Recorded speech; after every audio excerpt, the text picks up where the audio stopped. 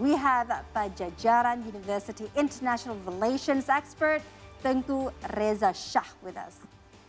Hello, Mr. Teuku Rezasyah. Okay, so Mr. Reza, that we know that the U.S. has officially ended trade relations with Russia as part of the economic sanctions against the latest invasions of Ukraine itself. Now, in your point of view, so what's your take on this?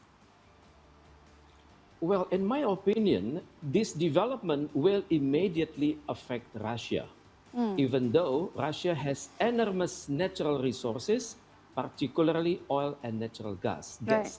But also this development will affect Russia in the long term, yeah, even though Russia is the fifth largest economy in Europe, and it is also the world's 11th largest economy by nominal gross domestic product, and also Russia is the sixth largest by purchasing power parity. But if these sanctions continue, it will in the long run hamper Russian top export sectors, such as crude petroleum, refined petroleum, petroleum gas, coal briquettes, and wheat. And in the short term, it will distract Russian exports to the Netherlands, at the moment valued at $41.7 billion annually, and to Germany, valued at $18.9 billion annually, and to Italy, valued at $16.7 billion annually. But most importantly, as it has been suggested by Biden, it will produce severe implications to Russia, because domestically it will affect Putin's national leadership, and then the cohesion of the Russian elite. Yeah, but I believe that Russia will work strongly to prove its global credibility, and it is stronger than before. If we see the statement issued by Russian officers, they show optimism that they will handle this kind of difficulties, and they have not mentioned what kind of retaliation they would like to pursue in the long run. Of course.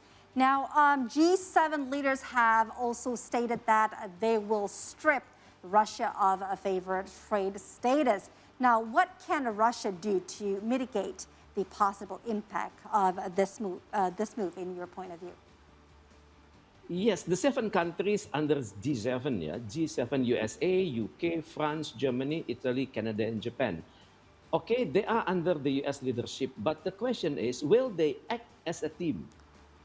Because I'm sure they have internal concern, yeah, of what Russia's future retaliation will look like.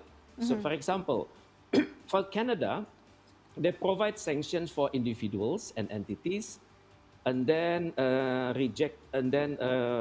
causing problems for exporting to Russia in the area of aerospace and mining. Japan provide restriction in the semiconductors, suspensions of visas, assets, freezes on individuals. But this is risky for Japan, because Japan has sea border problems involving 4 islands with Russia called Habomai, Shikotan, Etorufu, and Kunashiri. And at the same time, Japan is also having problem with China with regard to the Diaoyu Island. And for this specific case, Russia is in line with China, even though they do not declare it. Yeah.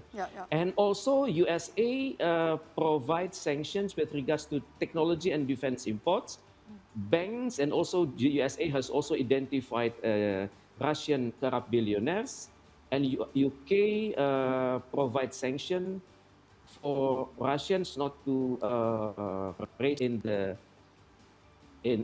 UK, and also France, Germany, Italy, banning on aircraft spare parts, and also transfer of advanced technology in the area of banking. But it is interesting, yeah, to hear the statement issued by Mr. Dmitry Peskov.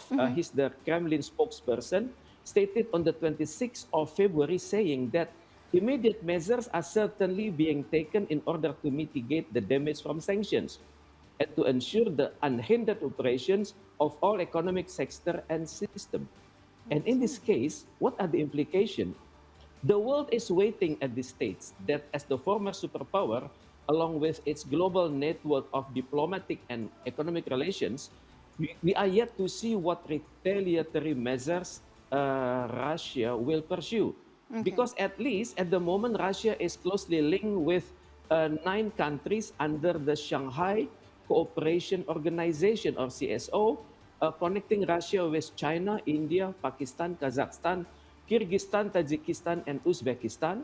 Their area of cooperation is military, political, and economy. And also learning from the latest UN General Assembly resolutions, I think Russia will further cultivate special relations with Iran, Syria, Venezuela, Mongolia, Cuba, Iraq, as well as Vietnam and Laos. Right. Also, it is interesting to see that this situation has caused a closer relations between Russia and China. And in this case, I think there could be uh, shared assistance from China to Russia. Uh, in this case, even though they do not declare what they are going to do, they have not formalized their defense alliance. But in this case, I find that China is leaning towards Russia, and not to mention in the future when the case getting worse, Russia can rely on China because China has about 175 kind of partnerships around the world. Oh, okay.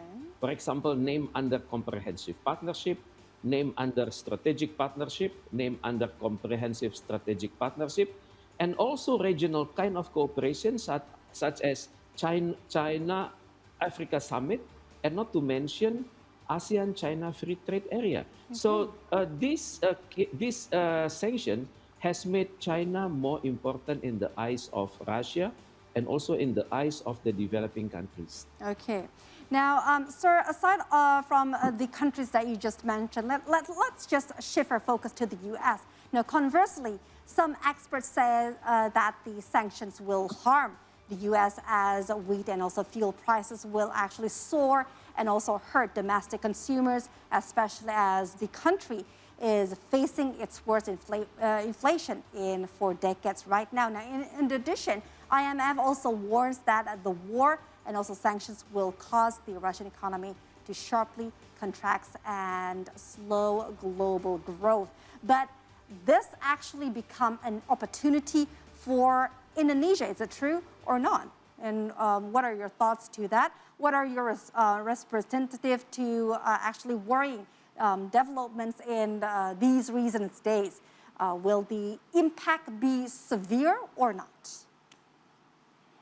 Well, strangely, if we refer to what media said, let's say the Guardian, they stated that once crisis happen, it benefits Kremlin, because Russia is after Saudi Arabia. Russia is the second biggest exporter of crude oil, and Russia itself is the exporter of its own natural gas. So actually, the ongoing situation does not immediately impacting Russia. It's impact European Union itself because they rely their energy. 40% of the energy is coming to EU is based in Russia. Right. So the situation, okay, it will affect Russia in the short term, but at the same time, it also affecting Ukraine, Italy, Turkey, France, Britain, Poland, and Czech Republic. So this explains why German Chancellor Olaf Scholz is more cautious than Washington, because Russian energy is essential for European daily lives. For example, in early 2020, EU was paying to Russia around 100 million euro per day for the Russian natural gas. And today, the daily cost of Russian natural gas has reached 610 million euro per day.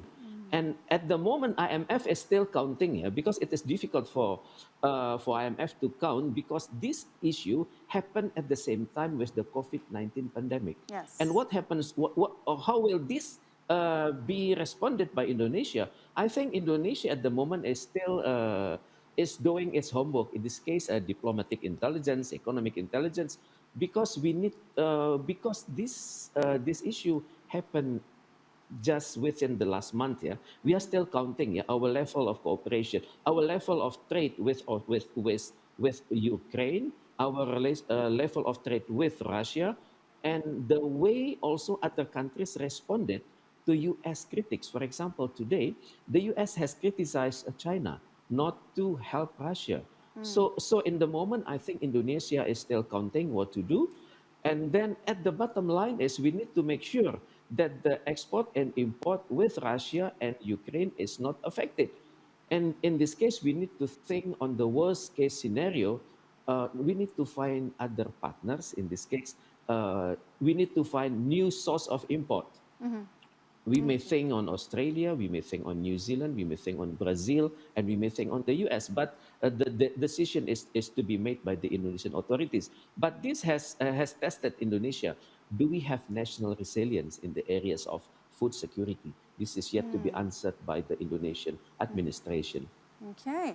Now, speaking of Indonesia, Indonesia and also fellow Asian stats have not been overtly vocal on this issue yet. But again, in your point of view, sir, what can these countries actually do?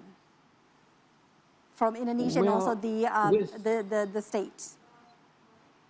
Well, I have to check here the latest UN General Assembly. Among others, Indonesia, we stand at the same pool with Cambodia and Brunei, we say yes.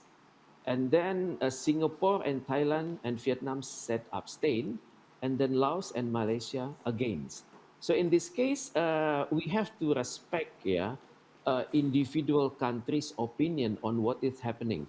But if we see what statement was issued by the Indonesian delegation in the UN, we stated that our position was yes, but we paid concern on the territorial integrity and sovereignty of Ukraine. That's the one. We were concerned on the human rights abuses which may happen in Ukraine, and then we encourage this dialogue and consultation between disputed parties. So in this case, even though we said yes, but the qualities of Indonesian yes is different with the others about 130 countries in the UN, because even though we said yes, but we also think on the worst case scenario which may happen towards Indonesia. We have borders with several countries. Yes. We have sea borders with several countries. That's why for Indonesia, the principles of sovereignty and sovereignty and territorial integrity is very important for Indonesia. Okay. So again, thank you so very much, Mr. Teuku Rezasyah. He is a Padjajaran University International Relations expert. Once again, thank you very much. Stay healthy and stay safe, Mr. Reza.